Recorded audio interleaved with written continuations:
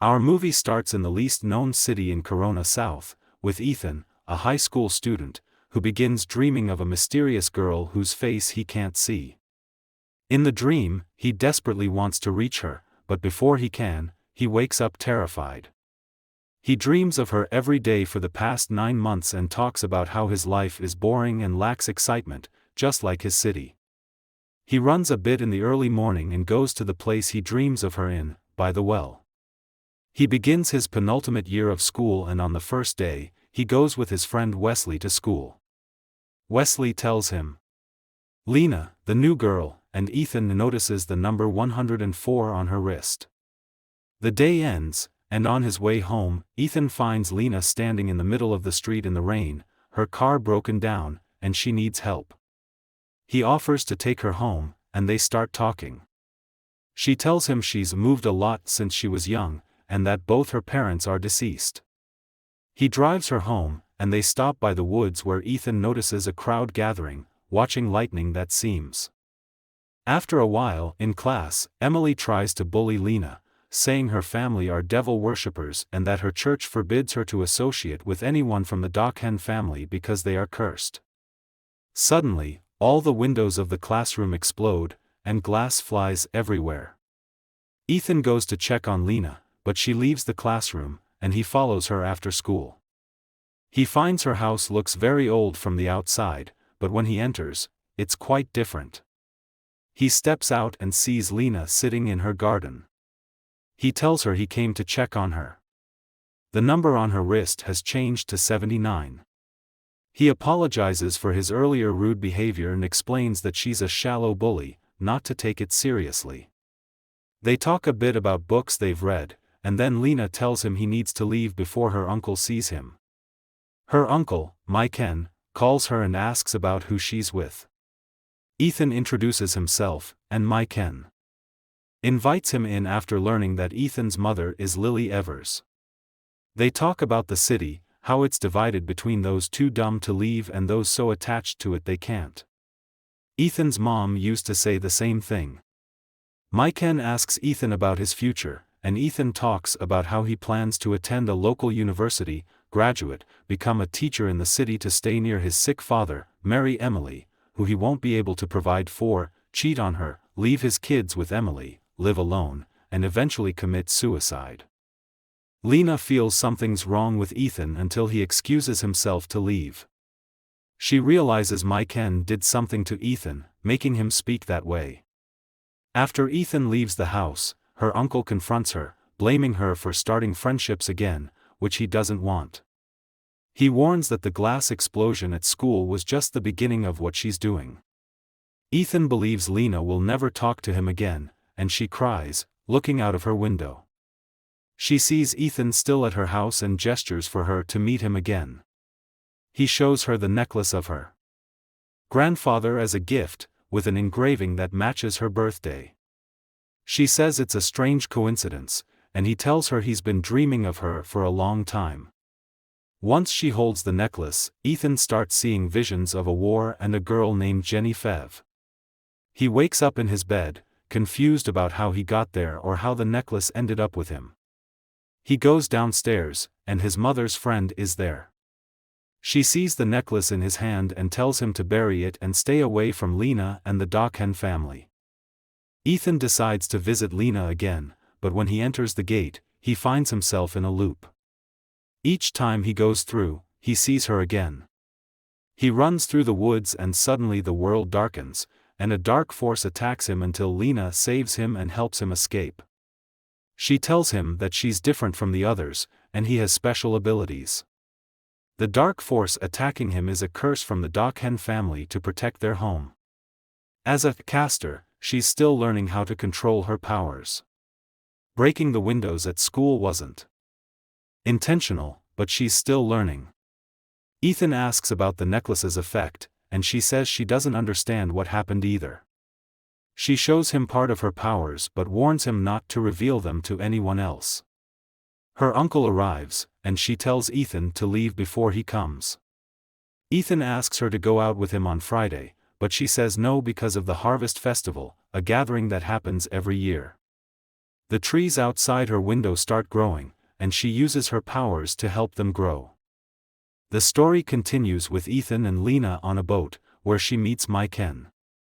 He tells her the city has been cursed since she arrived. They talk about a person named Servan, who is responsible for everything happening in the city. She's been tormenting Lena for a long time and wants to kill her, using Ethan's love for Lena as a weakness. Ken suggests that Lena call upon her ancestors' spirits to protect her. Meanwhile, Ridley, Lena's cousin, is racing her car away from the police when an accident occurs. She manages to control the car to prevent a crash. Ethan talks to Lena about escaping the city, but she says she can't leave. When a caster turns 16, they must undergo a ceremony called the claiming, which determines whether they align with the light or the darkness. She reveals that she's always been on the dark side, but Ken protected her by guiding her toward the light. At 16, a caster's true nature will reveal itself. She only has 75 days left before her transformation. Ken knows there's a meeting at the church to discuss Lena's future, as she's a threat to the city.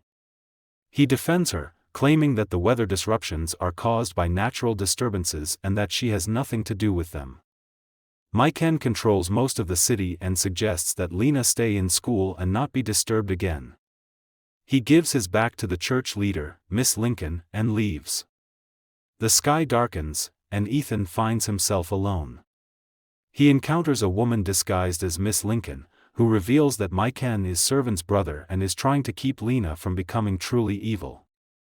He's been pretending to be someone else to protect her. Lena meets Servan, who confirms that the curse will turn her into a villain if she's not stopped. If she allows the darkness to consume her, she'll be the most powerful of all. Lena and Ethan return to the church, but when they leave, Ethan has a strange feeling. He realizes that he's being controlled, and his actions aren't his own anymore. The family treats Lena coldly. She's blamed for choosing the dark side, but Lena insists it wasn't her fault. She didn't want to become part of the darkness. She explains that she killed her first victim when she was 12 and has been afraid ever since of turning into someone evil. She tells Ethan that he must forget about her to protect him. But when they go to the cinema, Lena makes the snow fall on them.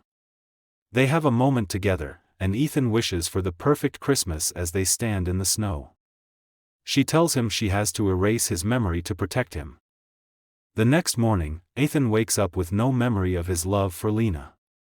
He finds out she's the new girl at school, and everyone's talking about her like she's completely different. Lena's grandmother used the forbidden curse to bring someone back to life, and the only way to break the curse is for someone she loves to die. Lena meets Ethan at school and tells him the curse has made him forget her. Meanwhile, Lena's family talks about what will happen to her on her birthday, as they prepare for the transformation. They plan to turn her to the darkness for good.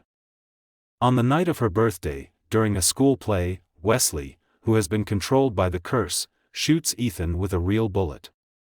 Lena feels it and runs to him, but by the time she arrives, Ethan is already down. Servan and Regley watch the scene, and a new storm starts. 9:44, Ethan's transformation begins. It's revealed that Ken sacrificed himself to save her, but Lena will now have to embrace her dark nature. Ethan, however, will never leave her side. Together, they will break the curse and find a way to stop the transformation. As Lena kneels by Ethan's side, she tries desperately to save him, but she can feel the darkness beginning to overpower her. She clutches the necklace that Ethan gave her, remembering all their moments together. A light flickers in her eyes, and she realizes that despite everything, she still has a choice. The transformation can still be stopped, but it requires her to face her true self, to embrace both the light and dark within her. Lena makes the decision to sacrifice herself to break the curse and save Ethan. She stands before the dark force and channels all her powers, using the love she has for Ethan to weaken the curse. As the storm rages around her, she calls upon the spirits of her ancestors to help her break the cycle of torment. The curse begins to unravel, but so does her life force. 10:30 Ethan, struggling to breathe, sees Lena in pain and forces himself to stand. He tells her that he loves her, that he's willing to give up everything to save her. Their connection, their bond, is powerful enough to defy the darkness. They hold hands, and together, they create a blinding light that shatters the curse once and for all. With the curse broken, Lena's powers begin to stabilize. The storm dies down, and the city is no longer threatened by the dark force. However, the price they paid is great. Ken, who had been trying to protect Lena all this time, falls to the ground, his life finally extinguished by the power he had been controlling for years. 11 o'clock Lena, though emotionally and physically exhausted, smiles at Ethan. She knows that they've both changed, that their journey isn't over yet. But they have each other, and they will face whatever comes next, together.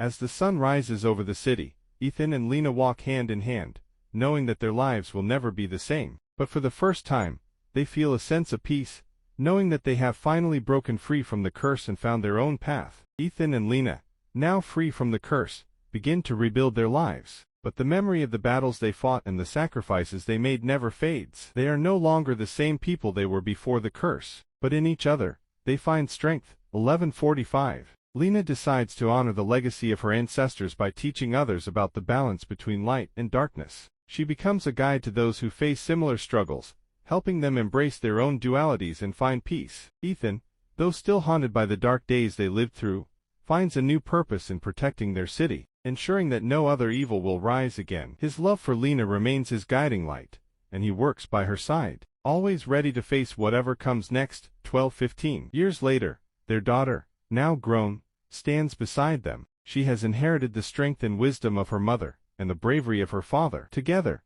they form a new generation of protectors, ready to defend the world against whatever darkness might emerge. As they stand on the hill overlooking the city, Lena looks at Ethan and their daughter, her heart full of love and pride. They have broken free from the curse, but they know that their journey is far from over. There will always be challenges, but with each other, they will face them, just as they have faced every trial before. 12:45. The story of their struggle, their sacrifice, and their love will live on, not just in the legends told in whispers, but in the lives they've touched and the future they've shaped. The curse has been broken, but the legacy of hope and strength they've created will endure for generations to come. Years pass, and the world changes around them, but the values Ethan, Lena, and their daughter stand for remain constant. They face new challenges as the world grows more complex, but the bond they share, and the lessons learned from their past keep them grounded. 13:30. Lena continues to teach, passing on the knowledge of balance and unity to a new generation. She has become a revered figure, a beacon of wisdom and guidance. People from far and wide seek her counsel, hoping to find peace in a world often torn apart by conflict. The greater good. But his eyes still burn with the same intensity, determined to protect the world from any shadow that might rise again. 14 o'clock.